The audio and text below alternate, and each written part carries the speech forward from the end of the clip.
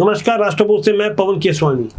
इस वक्त छत्तीसगढ़ की राजनीति का ध्यान रायपुर दक्षिण विधानसभा उपचुनाव की ओर लगा हुआ है, जहां चुनाव तो संपन्न हो गए हैं, लेकिन प्रतिष्ठा दांव पर लगी है बृजमोहन अग्रवाल की, जो मौजूदा समय में रायपुर के सांसद हैं। वो रायपुर से लगातार 8 बार के विधायक हैं। 2008 में रायपुर दक्षिण की सीट अस्तित्व में आई थी। दरअसल बृजमोहन अग्रवाल छत्तीसगढ़ में भारतीय जनता पार्टी की वो धुरी है जिनके इर्द गिर्द भाजपा की राजनीति कहीं ना कहीं प्रभावित होती है। दिसंबर 2023 में जब विष्णुदेव साय की सरकार ने शपथ ली तो गिनती के जो सीनियर मंत्री थे उनमें सबसे ज्यादा चर्चित नाम बृजमोहन अग्रवाल का ही रहा और बृजमोहन अग्रवाल की मंत्री पद से छुट्टी हो गई 2 महीनों के भीतर, जब उन्हें फरवरी में यह संकेत दे दिया गया था कि उन्हें रायपुर से लोकसभा का चुनाव लड़ना है। पार्टी के शीर्ष नेतृत्व के इस निर्णय से बृजमोहन अग्रवाल उनके करीबी खुश तो नहीं थे, लेकिन जैसा कि भारतीय जनता पार्टी में मौजूदा समय में जिस तरह से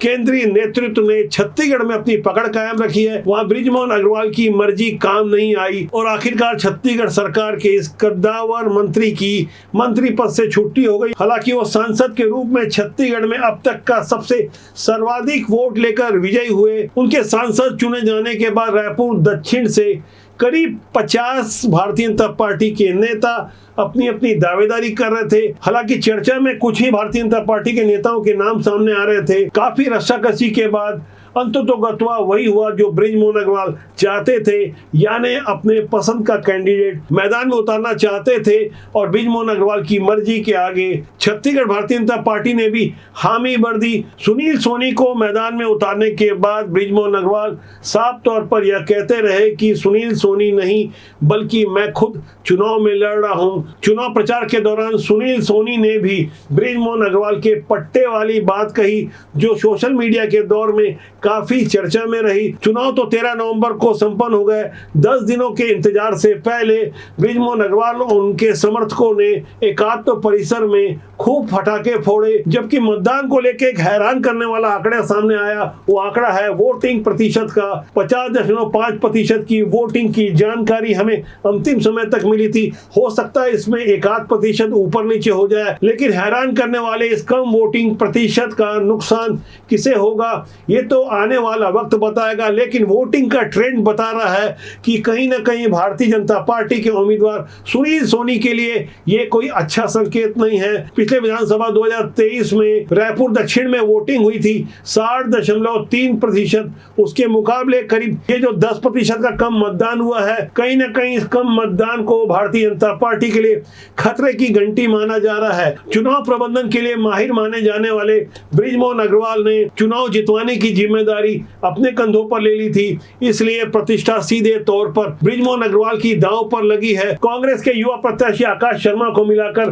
कुल 30 प्रत्याशी मैदान में थे, लेकिन हैरान करने वाली बात यह भी है कि इन 30 में से 9 मुस्लिम कैंडिडेट थे। कुछ कैंडिडेट के बारे में तो यहां तक दावा किया गया कि वो रोजी मजूरी करने वाले हैं। इन्हें चुनाव में किसने खड़ा करवाया है और अधिक से अधिक मुस्लिम कैंडिडेट खड़ा होने का फायदा किसे मिलेगा? जाहिर तौर पर राजनीति की सामान्य जानकारी वाला भी ये अच्छी तरह से जानता है कि भारतीय जनता पार्टी को इसका फायदा मिलेगा, क्योंकि जितने ज्यादा मुस्लिम कैंडिडेट खड़े होंगे तो मुस्लिम मतदाता बटेंगे। दावा किया जाता है कि रायपुर दक्षिण में छत्तीसगढ़ के सबसे ज्यादा मुस्लिम मतदाता रहते हैं। बावजूद इसके अपने प्रबंधकीय कौशल के कारण बृजमोहन अग्रवाल लगातार भारी वोटों से जीतते रहे, लेकिन इस बार रायपुर दक्षिण के चुनाव से जनता की ओर से ये बातें सुनाई दी कि बृजमोहन अग्रवाल की बात कुछ और थी, सुनील सोनी की बात कुछ और है। कुछ स्थानीय जानकार तो यह भी कहने लगे कि बृजमोहन अग्रवाल के लिए मतदाताओं के दिल में जो सम्मान और इज्जत रही, सुनील सोनी के लिए वो बात नहीं है। बृजमोहन अग्रवाल इस चुनाव को जहां अपनी प्रतिष्ठा से जोड़कर देख रहे हैं, वही भारतीय जनता पार्टी के कुछ दिग्गज जो किसी भी हाल में नहीं चाहते कि बृजमोहन अग्रवाल अपने मंसूबे में कामयाब रहे।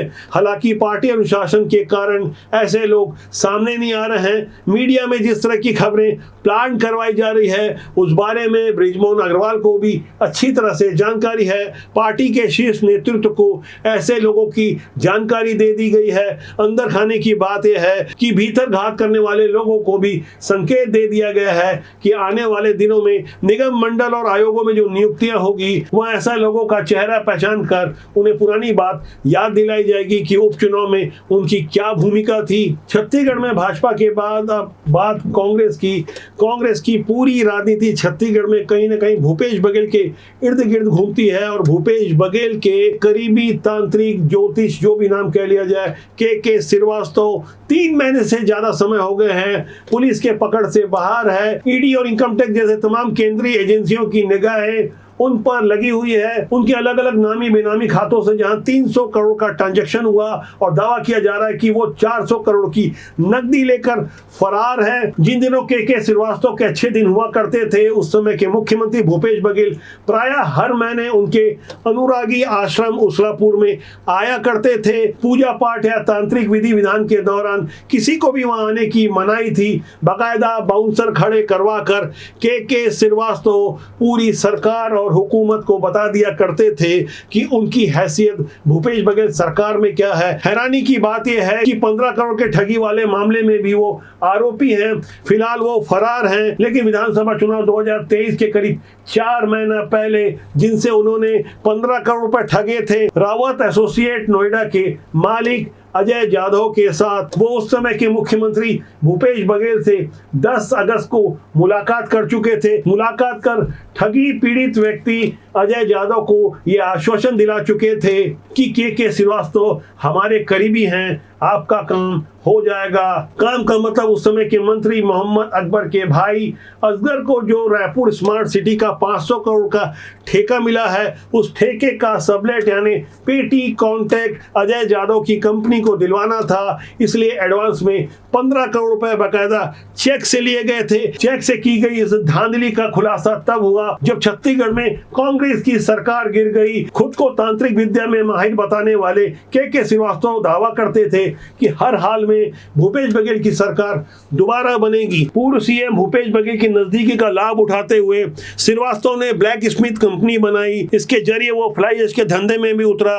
कोरबा से लेकर रायगढ़ और सीपत एनटीपीसी पावर प्लांट से निकलने वाले फ्लाई ऐश के परिवहन में एकाधिकार कर लिया। उस दौरान चर्चा भी इस बात की खूब रही कि कोरबा जिले में उनकी राजनीतिक और प्रशासनिक हस्तक्षेप भी खूब हुआ करती थी। मूलतः चिरमिरी के रहने वाले के श्रीवास्तव ने सन 94-95 में रतनपुर के सीईओ के पद से इस्तीफा देकर अपने ठगी और राजनीति के 3 तिकड़म के काम को आगे बढ़ाया और लगातार सफलता भी मिलते रही। फिलहाल वो फरार हैं। छत्तीसगढ़ पुलिस और जांच एजेंसियां हर हाल में उन्हें गिरफ्तार कर उनके मुंह से वो सारा राज उगलवा लेना चाहती है। इससे अब यकीन मान के चलिए के श्रीवास्तव की जिस दिन गिरफ्तारी हुई वहां भूपेश बघेल के लिए एक और बहुत बड़ी परेशानी खड़ी हो जाएगी। फिलहाल भूपेश बघेल अपने परिवार को लेकर भी परेशान हैं। जिस तरह से पुलिस उनके पुत्र चेतन बघेल और बेटी दीप्ति बघेल को लेकर पूछताछ कर चुकी है, उस मामले में भी प्रोबी शर्मा नामक चेतन बघेल का एक करीबी फरार है। यदि प्रोबी शर्मा और के श्रीवास्तव गिरफ्तार हो जाते हैं तो मान के चलिए भूपेश बघेल के लिए परेशानी कहीं और ज्यादा बढ़ जाएगी। बदले हुए हालात में जिस तरह से भूपेश बघेल के लिए कानूनी परेशानियां बढ़ती जा रही है, वहां भूपेश बघेल के स्वर और सुर भी बदले हुए नजर आ रहे हैं। छत्तीसगढ़ में उनकी सरकार रहते कई बड़े स्कैम में उनका नाम सामने आया। कोयला, शराब, महादेव, गोबर तक के घोटाले मामले में उनका नाम आया। उनकी सरकार की बदनामी हुई और भारतीय जनता पार्टी ने अपने आरोप पत्र में भी इन्हीं घोटालों को शामिल किया। इन्हीं घोटालों में से सबसे ज्यादा बदनाम करने वाले शराब घोटाले वाले मामले में भूपेश बघेल लगातार असहज होते रहे। दावा किया जाता था कि हर दिन का कैश बोरियों में भरकर उचित स्थान में पहुंचाया जाता है। फर्जी होलोग्राम से फर्जी शराब बेचने की बात भी सामने आई और एक और चौंकाने वाली बात जो सामने आई वो था FL10 का लाइसेंस। छत्तीसगढ़ में मौजूदा विष्णुदेव साय सरकार ने